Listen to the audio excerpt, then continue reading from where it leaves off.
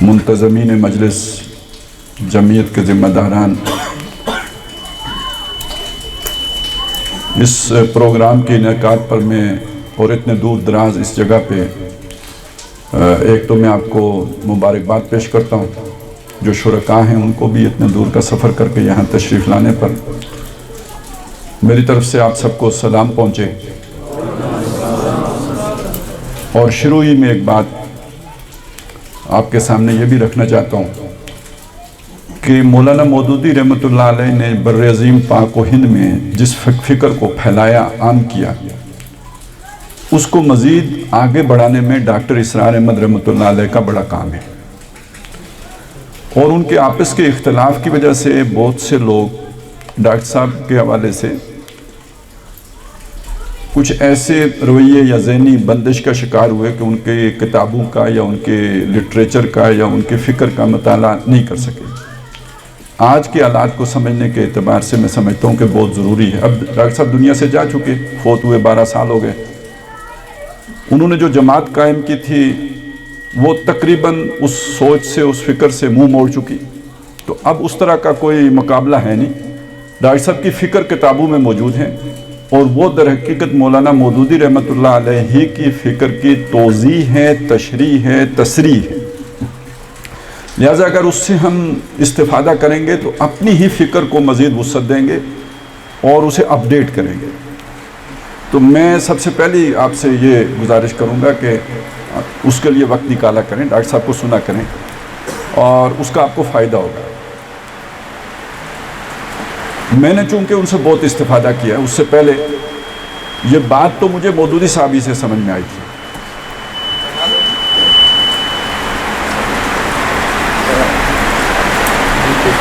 یہ بات تو مجھے، یہ فکر، یہ سوچ تو انہی سے سمجھ میں آئی، انہی کا لٹریچر پڑھ کے سمجھ میں آئی۔ لیکن میں سمجھتا ہوں کہ ڈاکٹر صاحب کا ساتھ رہنے سے اور ان سے سیکھنے سے اس فکر کے اندر مزید وسعت پیدا ہوئی، پختگی آئی، گہرائی آئی۔ تو اس لیے میں نے شروع ہی میں آپ کے سامنے یہ بات رکھ دی ہے کہ آپ کو بھی اس کا بہت فائدہ ہوگا۔ دیکھیے وہ فکر، یعنی جو ہمارا اس وقت موضوع ہے، پاکستان افغانستان، امید اور خدشات، اس موضوع کے پیچھے بھی کچھ ایک سوچ ہے جس کے نتیجے میں ہم یہ بات کہہ رہے ہیں۔ یعنی کس اعتبار سے امید، کس اعتبار سے خدشات، اس امید اور ان خدشوں کا تعلق کسی خاص سوچ کے ساتھ ہے، کسی خاص نقطہ نظر کے ساتھ ہے، کسی خاص فکر کے ساتھ ہے۔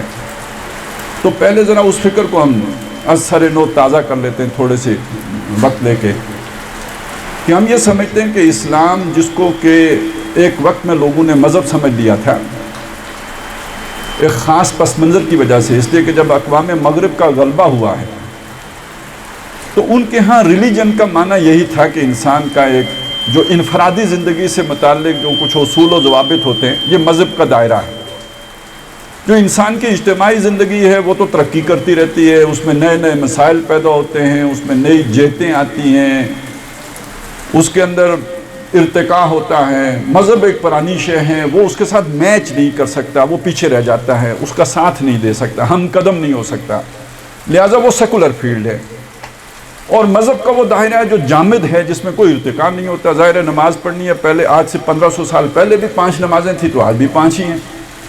خدا پہلے بھی ایک تھا، اب بھی ایک ہی ہے، خدا 2 تو نہیں ہو سکتے، وہ ایک ہی رہے گا۔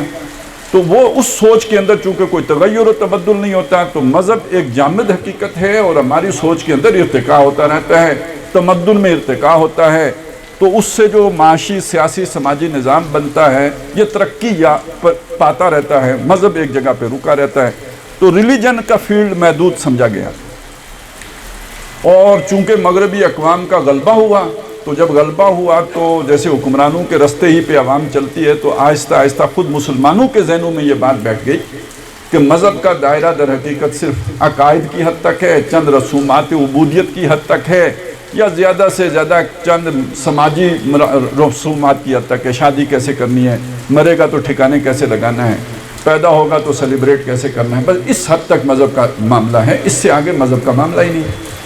مسلمانوں کی بھی یہ سوچ بن گئی۔ تو پھر یہ کہ ہندوستان میں کچھ ایسے افراد پیدا ہوئے، ان میں علامہ اقبال کا بہت بڑا نام ہے، اس سے پہلے شاہ ولی اللہ ہیں، بہت سے لوگوں کی ایفرٹ ہے اس میں، لیکن یہ کہ اس کو بہت وسیع پیمانے پر نہایت بلاغت کے ساتھ فصاحت کے ساتھ پھیلانے میں مولانا مودودی کا اپنا ہی ایک مقام ہے. بہت بڑے مصنف تھے, بہت بڑا لٹریچر انہوں نے جو ہے اس کے لیے ترتیب دیا اور وہ پھر پھیلا. اور اس کا لب لباب یہ ہے کہ جو ہمارا اسلام ہے یہ کوئی مذہب نہیں ہے بلکہ یہ دین ہے, اور دین کا مطلب یہ ہے کہ یہ پورے نظام زندگی کے بارے میں رہنمائی دیتا ہے, مکمل ضابطۂ حیات ہے, کمپلیٹ کوڈ آف لائف ہے. زندگی کا کوئی شعبہ دین کی رہنمائی سے باہر نہیں ہے. زندگی کے ہر معاملے کے بارے میں دین رہنمائی دے گا. یہ ایک سوچ ہے, یہ جس کی بھی ہے اس کی سوچ جو ہے وہ یوں سمجھے کہ دینی سوچ ہے. اور جو اسلام کو صرف عقائد تک, مراسم عبودیت تک یا یہ کہ چند سماجی رسومات تک محدود رکھتا ہے, اس کی سوچ ہے جسے ہم کہتے ہیں یہ مذہبی سوچ ہے. لیکن یہ سمجھ لیجئے کہ یہ مذہب اسلام کی سوچ نہیں ہے, یہ مذہب مغرب کی سوچ تھی جو کہ کچھ مسلمانوں نے بھی اڈاپٹ کر لی. وگرنہ ہمارے ہاں مذہب کہا جاتا تھا, مثلا فقہ حنفیہ تو اسے مذہب حنفی کہتے تھے, فقہ مالکیہ تو اسے مذہب مالکی کہتے تھے. یعنی یہ جو چار جو ہیں ہمارے ہاں سلسلے یا مکاتب فکر, ان کو مذاہب اربع کہتے تھے. تو ظاہر ہے اس میں سیاسی نظام کے بارے میں بھی رہنمائیاں تھیں, اس میں معاشی نظام کے بارے میں بھی رہنمائی موجود تھی. تو ایک مذہب کا لفظ ہمارے لٹریچر میں پایا جاتا ہے, اس کا معنی کوئی اور ہے, اس کا معنی ہے مسلک, اس کا معنی ہے ایک سکول آف تھاٹ. جبکہ ایک مذہب کا لفظ وہ ہے جو مغربی لٹریچر میں پایا جاتا ہے, اس کا معنی ہے ریلیجن.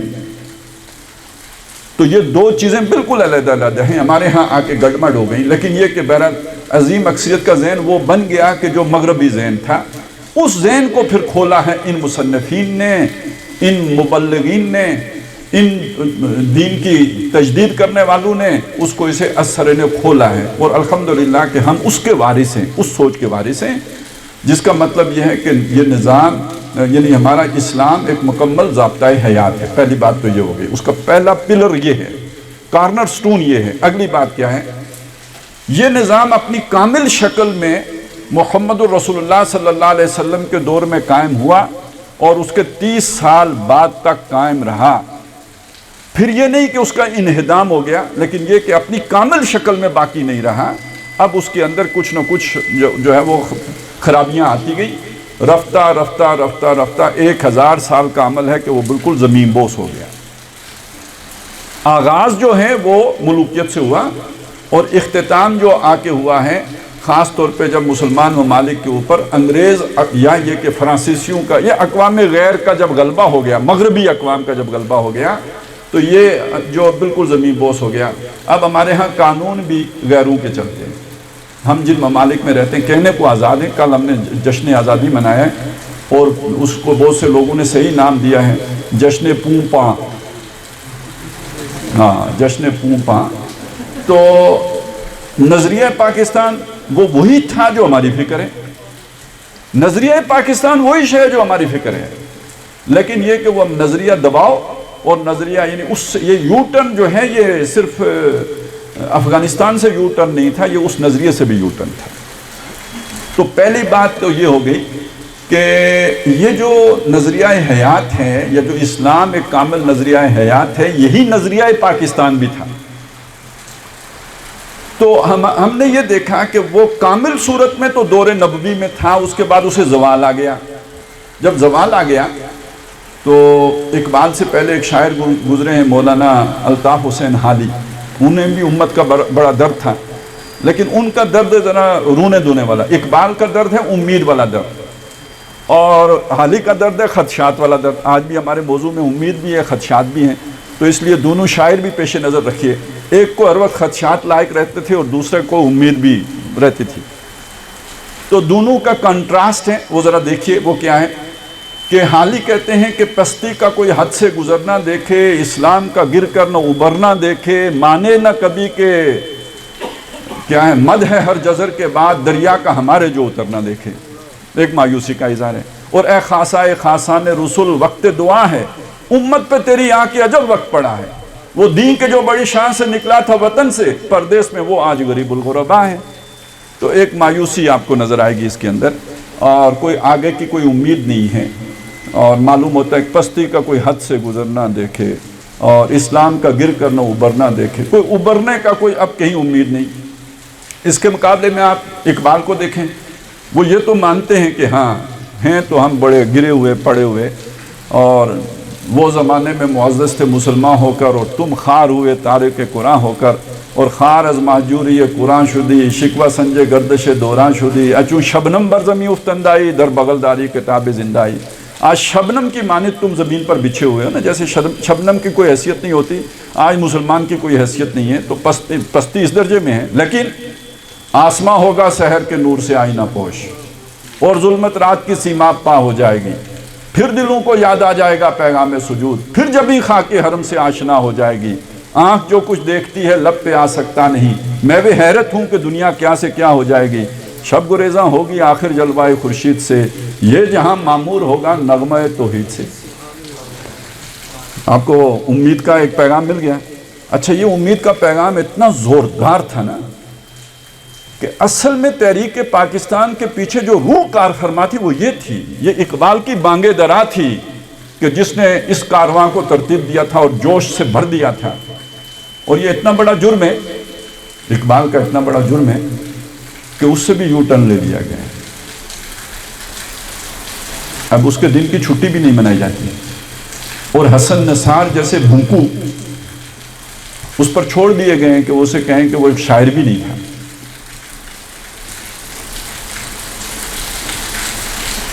معلوم ہوا کہ کوئی بہت بڑی گستاخی کر بیٹھا ہے اقبال۔ تو خیر حسن نثار تو جو بھی ہیں سو ہیں، ہمارے ہاں ایک بڑے خوش اخلاق علامہ صاحب بھی ہیں، وہ اس طرح کی حسن نثار کی طرح بدتمیزانہ باتیں نہیں کرتے، خوش گفتار انسان ہیں، ان کے منہ سے موتی جھڑتے ہیں، جب بولتے ہیں تو معلوم ہوتا ہے کہ الفاظ نہیں نکل رہے، گل پاشی فرما رہے ہیں، بہت اعلیٰ اخلاق کے مالک ہیں۔ غامدی صاحب،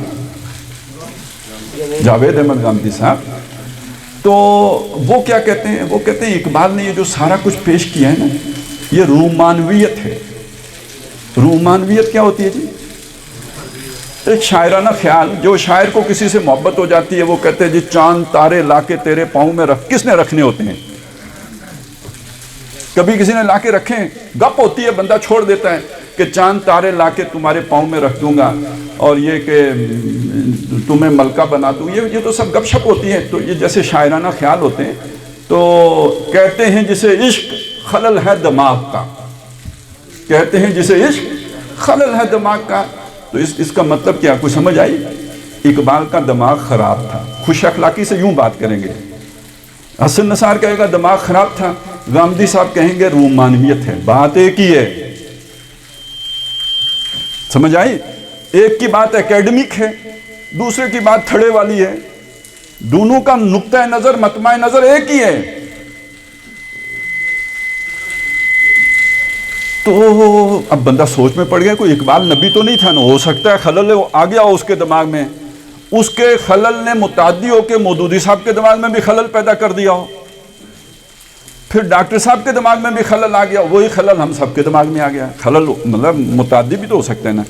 آج ہمارے ہاں پوری ایک تحریک انصاف ہے جس کے بارے میں لوگوں کا خیال ہے کہ دماغ میں خلل ہے، تو ہم سب کے دماغ میں بھی خلل ہو سکتا ہے۔ انسان ہی ہے، انسان ٹھوکر بھی کھا سکتا ہے، رومانویت ہو سکتے، عظمت رفتہ کے خواب دیکھنا، گزرے ہوئے کل پر جو ہے وہ دیوانے ہو جانا، اس پر پاگل ہو جانا۔ تو گویا اقبال کا مسئلہ بھی یہی تھا، اور ان سب کا مسئلہ یہی ہے۔ اسی بات کو دینی پیرائے میں پھر بیان کیا مولانا وحید الدین خان صاحب نے، تعبیر کی غلطی۔ یہ تعبیر کی غلطی کس نے کی؟ ہاں، مولانا مودودی نے کی ہے تعبیر کی غلطی۔ انہوں نے جو دین کا مفہوم بیان کیا وہ غلط، تعبیر غلط کی ہے۔ انہوں نے جو الہ کا مفہوم بیان کیا تعبیر غلط کی ہے۔ انہوں نے جو عبادت کا مفہوم بیان کیا تعبیر غلط کی ہے۔ انہوں نے جو رب کا مفہوم بیان کیا تعبیر غلط کی ہے۔ یہ ایک کتاب ہے مودودی صاحب کی نا، قرآن مجید کی 4 بنیادی اصطلاحات۔ اگر آپ نے دین کا کام کرنا ہے تو اس کتاب کو ضرور پڑھیں۔ اور جو تعبیر کی غلطی ہے وہ یہ بتا رہی ہے کہ یہ در حقیقت مودودی صاحب نے یہ تعبیر ہی غلط کی ہے۔ تو ان لوگوں کی سوچ پھر یہ بنی کہ بھئی وہ اسلام ایک دور میں اس کا نظام تھا، اب تو مغرب کا نظام ہی چلے گا۔ اب معاشی نظام وہی ہوگا، سیاسی نظام وہی ہوگا، سماجی نظام وہی ہوگا جو مغرب لے کے آیا۔ ریاست کا کوئی مذہب نہیں ہوتا۔ یہ بات آپ کو پرویز ہود بھائی بھی کہتا ملے گا، اور یہ بات آپ کو گاندھی صاحب بھی کہتے ملیں گے۔ یہاں پہنچ کے دونوں ایک جو ہے رومانویت کا شکار نظر آئیں گے آپ کو،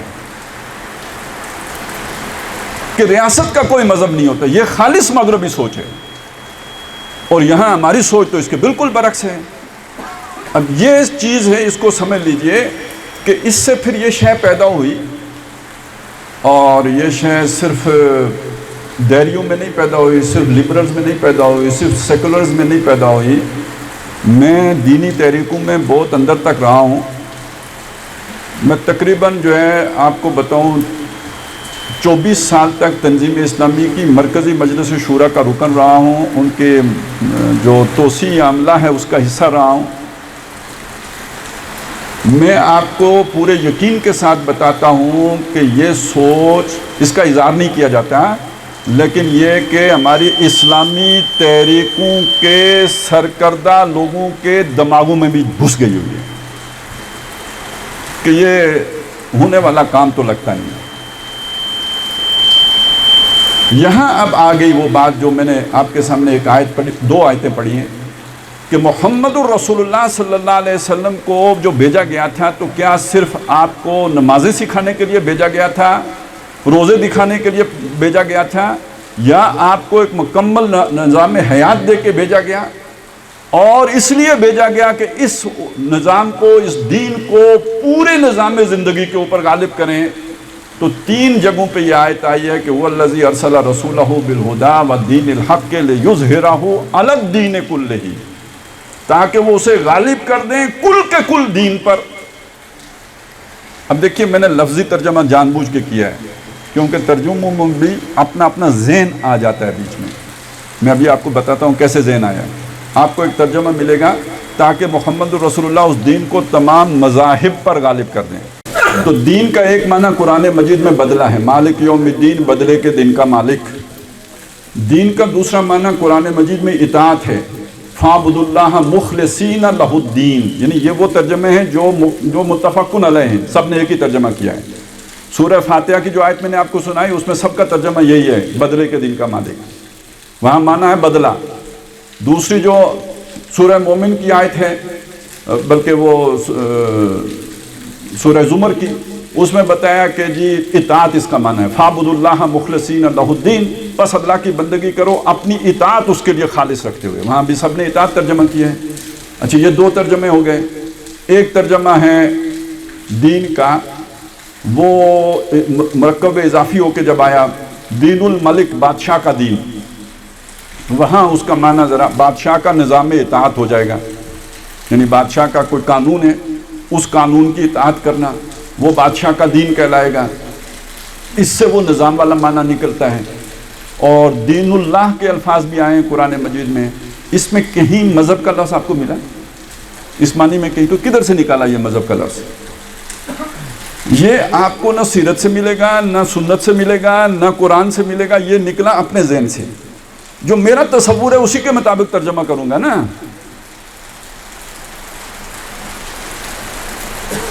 ہمارے پاس وقت ہے، میں ادھر اگر کوئی 1:15 بجے تک چلے جائیں تو اچھا میں تھوڑی سی بات واضح کر دوں۔ دیکھیے یہ کیا ہوتا ہے، ترجموں میں کیا ہوتا ہے۔ ایک لفظ ہے علقہ، آپ نے سنا ہوگا، نطفہ، نطفے سے علقہ، علقہ عین لام قاف، علقہ، اسی سے لفظ بنتا ہے متعلق، میرا اور آپ کا تعلق، یعنی ہم جڑے ہوئے کیسے ہیں آپس میں، جوڑنے والی شے ہے، تعلق ہے، اسی سے علقہ ہے۔ معلق شے، لٹکی ہوئی شے کو کہتے ہیں معلق، جو لٹک رہی ہو وہ معلق ہے۔ علاقہ کہتے ہیں وہ جو جڑا ہوا ایک علاقہ ہے، پورا ایک وہ علاقہ ہے۔ یہ سب عین لام کاف سے بنے ہیں۔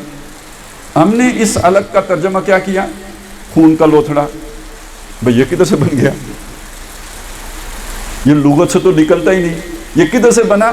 یہ ہمارے اپنے تجربے سے بنا، کہ جب ہم نے دیکھا کہ بھئی جو اگر ابتدائی مہینے میں ابارشن ہو جائے تو جمع ہوا خون آتا ہے، تو نطفے کے بعد چونکہ وہ شے آئی تو اس کے مشاہدے پر ہم نے ترجمہ کر لیا جمع ہوا خون۔ لغت اس کو سپورٹ نہیں کر رہی، یہ ہمارا آنکھوں کا مشاہدہ ہے کہ جس کی بنیاد پر ہم نے وہ ترجمہ کیا ہے۔ لیکن جب الٹراساؤنڈ مشینیں بن گئی اور ہم الٹراساؤنڈ لینے کے قابل ہو گئے تو ہم نے دیکھا کہ وہ جسے نطفہ جسے ہم نے کہا تھا اور خوردبینیں بن گئیں جس سے ہم نطفہ بھی دیکھ لیتے ہیں، تو پتہ چلا وہ رحم مادر کے ساتھ جا کے یوں لٹک جاتا ہے جیسے جونک لٹکی ہوئی ہوتی ہے۔ اب اگر کوئی ترجمہ کرے گا تو وہ ترجمہ ہوگا جو قرآن نے لفظ بولا ہے، لٹکی ہوئی چیز۔ اب علاقہ کا کیا مطلب ہوگا؟ لٹکی ہوئی شے۔ تو ترجمہ کرتے ہوئے ہمارے اپنے ذہن کی محدودیت بیچ میں آ جاتی ہے۔ تو جب ہمارا تصور یہ ہے کہ یہ دنیا میں 1 مذہب 2 مذہب 10 مذہب ہیں، ان کے اوپر اسلام کو غالب کرنے کا مطلب ہے علی الدین۔ اب میں آپ کو دوسری طرف لے کے آتا ہوں، اگر اس کو اطاعت کے ساتھ جوڑیں تو کیا معنی بنے گا؟ جو قرآن میں مستعمل ہے کہ تمام اطاعتوں کے اوپر غالب کرنا ہے۔ اب کیا معنی بنے گا؟ بادشاہ کی اطاعت کے اوپر بھی کس کی اطاعت غالب ہوگی؟ وہ دین جو محمد رسول اللہ لے کے آئے ہیں۔ کتنا معنی بدل گیا ہے؟ تو اب یہی وہ معنی ہے جو کیا ہوا ہے ایک دوسری جگہ پہ۔ سورہ انفال میں علی الدین کے لفظ اسی طرح آیا ہے، وہاں سب نے وہی معنی کیا جو میں نے ابھی آپ کو بتایا۔ فرمایا قاتلوہم حتی لا تکون فتنۃ، ان مشرکوں سے لڑو جب تک کہ ان کا فتنہ ختم نہیں ہو جاتا۔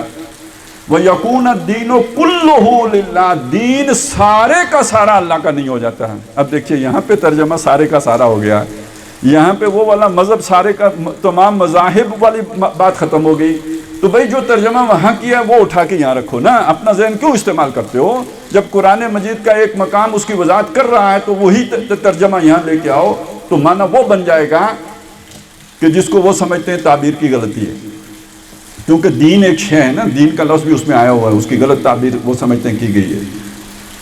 بہرحال نبی صلی اللہ علیہ وسلم کا مقصد وہی تھا جو سنت سے نظر آتا ہے کہ آپ نے صرف نمازیں پڑھانے تک محدود نہیں رکھا، روزے رکھوانے تک محدود نہیں رکھا، آپ نے ابو جہل کی گردن کٹوائی ہے، آپ نے 360 بت توڑے ہیں، آپ نے اس پورے معاشی نظام کو بدلا ہے، آپ نے پورے سماجی سٹرکچر کو بدلا ہے۔ وہ جو غلام تھے ان کو ایک صف میں محمود و ایاز کو لا کے کھڑا کیا ہے، ایک مکمل مساوی، ایک مساویانہ جو ہے سماجی نظام دیا ہے، ایک عادلانہ نظام حیات دیا۔ یہ مکمل تبدیلی لے کے آئے ہیں آپ صلی اللہ علیہ وسلم، اور یہ ہمارے لوگوں کو شاید دیکھنے میں غلطی لگی ہے، غیروں نے اس کو سمجھا ہے، ایچ جے ویلز نے سمجھا ہے، ڈاکٹر مائیکل ہارٹ نے سمجھا ہے، جس نے 100 لوگوں میں سب سے ٹاپ پہ حضور کو رکھا نا، پوری دنیا کے موسٹ انفلوئنشل پیپل، وہ دی 100 کتاب کا مصنف، اس نے سب سے ٹاپ پہ جو حضور کو رکھا تو وجہ کیا بتائی؟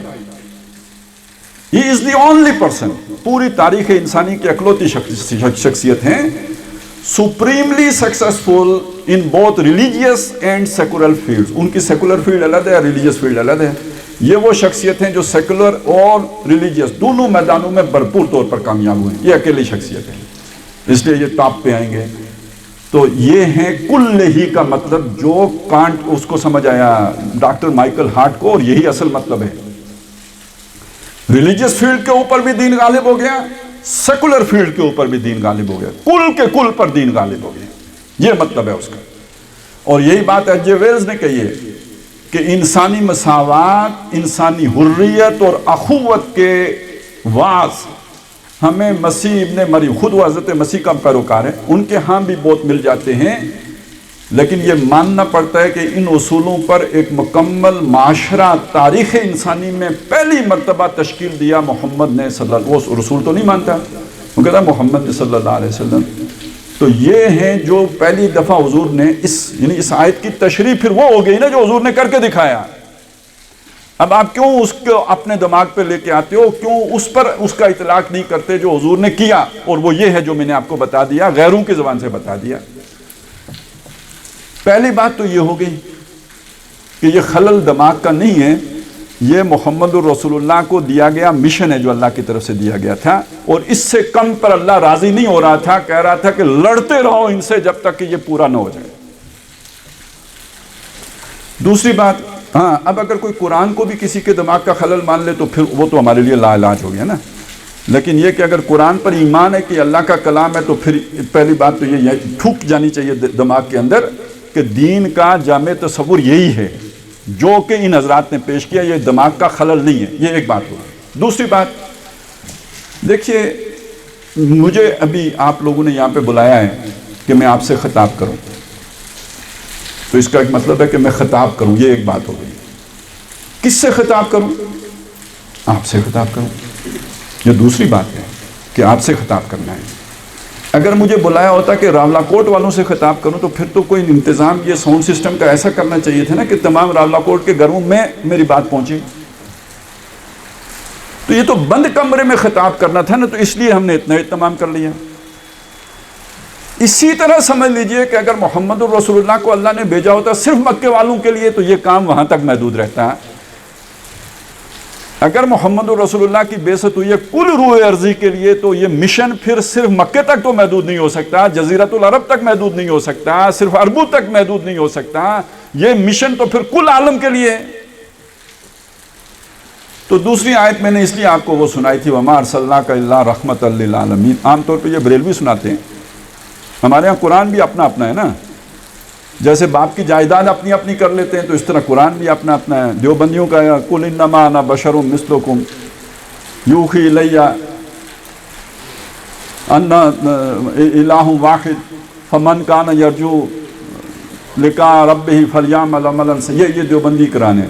اور بریلوی قرآن کے اَلَا إِنَّ أَوْلِيَاءَ اللَّهِ لَا خَوْفٌ عَلَيْهِمْ وَلَا هُمْ يَحْزَنُونَ، اور وَمَا أَرْسَلْنَاكَ إِلَّا رَحْمَةً لِّلْعَالَمِينَ، یعنی یہ ہم نے اپنا اپنا کر کے رکھا ہوا ہے۔ ان کو اس سے زیادہ ثواب ملتا ہے، ہمیں اس سے زیادہ ثواب ملتا ہے۔ تو ہے تو اصل میں تو پورے کا پورا ہے۔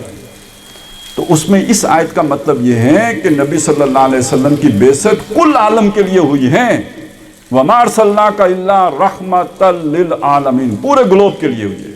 یہ ایک فرق ہے، نوح علیہ السلام کی پورے گلوب کے لیے نہیں ہوئی، وہ تو بہت پرانی بات ہو گئی۔ عیسیٰ علیہ السلام کو سمجھا جاتا ہے عیسائی مذہب پوری دنیا میں پھیلا ہے۔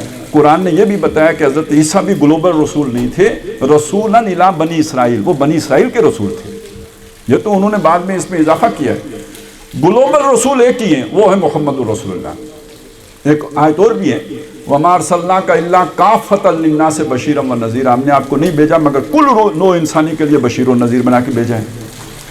اسی کا ایک دوسرا پہلو بھی ہے، اور وہ دوسرا پہلو کیا ہے کہ آپ کو تا صبح قیامت تک رسول بنا کے بھیجا۔ اب کوئی اور نبی یا رسول نہیں آئے گا، تو اب حضور ہی کی رسالت چلے گی قیامت تک۔ ختم نبوت کا مطلب یہ مطلب ہو گیا۔ تو اب آپ آ جائیں اس چیز کی طرف کہ نبی صلی اللہ علیہ وسلم جو دین لے کے آئے ہیں وہ باقی رہے گا کب تک؟ قیامت تک، اور اس کا پھیلاؤ ہوگا کہاں تک؟ پوری دنیا پر، پورے عالم پر، قیامت تک اور پورے عالم تک۔ یہ دو باتیں ذہن میں رکھنے۔ اور وہ دین ہے کیا؟ وہ جو ہمیں پہلے سمجھ لیا، وہ نماز روزہ ہوتا تو پھیل چکا تھا۔ وہ اگر اذان دینا ہوتا، اس وقت پورے گلوب پہ اذان ہو رہی ہے۔ وہ اگر داڑیاں رکھنا ہوتا تو لوگوں نے رکھی ہوئی، امریکہ میں بھی رکھی ہوئی، اسرائیل میں بھی رکھی ہوئی، حضور کی سنت سمجھ کے رکھی ہوئی ہیں، مسواک کرنے بھی والے بھی وہاں پہ موجود ہیں۔ لیکن اگر وہ اسلام کے غلبے کی بات ہے تو وہ تو حضور کے بعد ریورسل ہو گیا بجائے آگے بڑھنے کے۔ اب آپ سوچئے، اب اپنی عقل دوڑائیے کہ اگر حضور کا مشن یہ ہے کہ کل عالم پر اللہ کا دین غالب ہو تو ہوا تو نہیں، تو کیا دنیا ختم ہو جائے گی حضور کا مشن پورا ہونے سے پہلے؟ نہیں ختم ہو سکتی۔ کرے گا کون؟ ٹھہرے نا، ہم ایران والوں سے پوچھتے ہیں، وہ پرانے خمینی صاحب سے پہلے والے جو ایرانی تھے، ان کا خیال یہ تھا کہ جب مہدی آئے گا تو وہ آ کے کرے گا، مرد از غائب آئے گا آ کے کر دے گا۔ پتہ ہے آپ کو؟ وہ تو مطلب ہمارا کام ہی نہیں ہے، وہ تو مہدی کا کام ہے، جب آئے گا تو کرے گا۔ وہ بھی مانتے تھے کہ یہ ہوگا، لیکن کون کرے گا؟ مہدی کرے گا۔ ہمارے ہاں بھی بہت وقت تک ایسے، ہمارے صوفیاء اب بھی یہی سمجھتے ہیں، ہمارے ہاں بھی جو صوفیاء کا طبقہ ہے یا صوفیاء کے زیر اثر طبقہ ہے وہ یہی سمجھتا ہے کہ مہدی صاحب آئیں گے اور آ کے کر کے چلے جائیں گے۔ تو ایرانی کا خیال یہ تھا کہ یہ جب مہدی آئیں گے تو ہوگا، یعنی سمجھتے وہ بھی تھے کہ ہوگا، لیکن جب مہدی آئیں گے تو ہوگا۔ ہمارا مذہبی طبقہ، ان کا خیال یہ تھا، میں نے ایک آپ کو صوفیاء کا بتایا کہ وہ وہی سوچ رکھتے تھے، باقیوں کی سوچ وہ بن چکی تھی کہ جسے ہم مذہبی سوچ کہتے ہیں۔ ایک واقعہ ہے، اس سے آپ کو اندازہ ہو جائے گا کہ جب ہندوستان میں مسلمانوں نے کچھ یہ سوچنا شروع کیا، ایک تو 1857 سے پہلے کا دور ہے نا، اس میں تو ریزسٹنس تھی، مزاحمت تھی، جہاد تھا، لیکن 1857 کی جنگ آزادی کے بعد ٹھپ ہو گیا سارا کام۔ اس کے بعد مدارس بن گئے، 1867 میں دیوبند کی بنیاد رکھ دی، یعنی اب اس طرح دفاع ہوگا، ادھر علی گڑھ بن گیا۔ تو پھر 20ویں صدی کے شروع میں جب دوبارہ ایک مسلم لیگ بنی اور تحریک پاکستان کا سوچا گیا یا کچھ مسلمانوں کے بارے میں سوچا گیا، تو ایک عالم دین، بہت بڑے عالم دین، انہوں نے، جن کو بہت سے لوگ مجدد مانتے ہیں، انہوں نے یہ بات فرمائی کہ انگریز کے ساتھ ہمیں چھیڑ چھاڑ نہیں کرنی چاہیے، اس نے ہمیں نماز روزے کی اجازت دی ہوئی ہے، یعنی نماز روزے کی اجازت جہاں پہ مل جائے وہاں مسلمان کو چھیڑ چھاڑ نہیں کرنی چاہیے۔ اگر فرض کریں دجال ہی آ جائے تو وہ بھی اجازت دے دے نماز روزے کی، تو پھر دجال کے ساتھ بھی چھیڑ چھاڑ نہیں کرنی، مطلب تو یہی ہوا۔ تو انہوں نے انگریز کے بارے میں یہ بات کہی۔ اب ان کا اتنا وسیع حلقہ اثر تھا کہ وہ چیز بہت متاثر کن تھی، اس سے بہت بڑا، یعنی وہ اس تحریک مزاحمت کو بہت بڑا نقصان ہونا تھا۔ اس پر پھر اقبال نے وہ بات کہی تھی، شعر آپ نے سنا ہوگا، یہ پس منظر شاید آپ کو واقف نہ ہو، کہ ملا کو جو ہند میں ہے سجدے کی اجازت، ناداں یہ سمجھتا ہے کہ اسلام ہے آزاد۔ ان کا تصور، تعبیر وہ ہو گئی تھی جس کا نتیجہ یہ تھا کہ انگریز کے ساتھ بھی خیر سگالی چلے گی۔ بے شک قانون انگریز کا کوئی پرواہ نہیں ہے، بس نماز روزے کی اجازت ہونی چاہیے، تو انگریز بھی اللہ اللہ خیر سزا۔ تو وہاں بھی چھٹی، کسی کے اندر یہ سوچ نہیں تھی۔ یہ سوچ دوبارہ ان لوگوں کی محنت سے پیدا ہوئی ہے، جو میں نے آپ کو بھائی، اقبال کا نام ہے، ابوالکلام کا نام آتا ہے، مولانا مودودی کا نام آتا ہے، پھر ان کے سینکڑوں جو ماننے والے ہیں ان کے نام آئیں گے۔ یہ ان لوگوں نے یہ سوچ پیدا کی ہے، اور اقبال نے پھر یہ وہ پہلا آدمی ہے جس نے یہ بتایا کہ یار یہ مہدی نے آ کے نہیں کرنا، اس کا انتظار نہ کرو، اور یہ جو ہے نا فرشتوں نے نہیں کرنا، یہ تم نے کرنا ہے، یہ تمہاری ذمہ داری ہے۔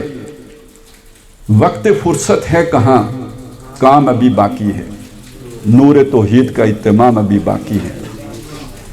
اور یہ پھر بہت وسیع پیمانے پر کھول کر عام انداز میں، سادہ انداز میں، سلیس انداز میں مولانا مودودی نے اپنے لٹریچر میں پھیلایا، اور اس کا نتیجہ یہ نکلا کہ مسلمانوں کی عظیم اکثریت اس سے متاثر ہوئی، اور اس درجے متاثر ہوئی کہ وہ جو مذہبی طبقہ تھا جس نے اپنی سوچ وہ بنا لی تھی، ان کی سوچ بھی بدلی۔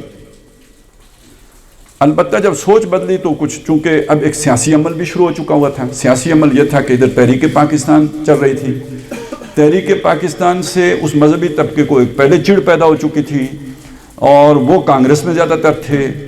مولانا مودودی نے علمی طور پر تحریک پاکستان کو بڑا سپورٹ کیا ہے۔ یہ آج کل یہ باتیں بھی چھپائی جاتی ہیں، لیکن یہ کہ دو قومی نظریے کو بہت بڑی سپورٹ جو ملی وہ مولانا مودودی سے ملی، جس کی وجہ سے مذہبی طبقہ ناراض ہو گیا۔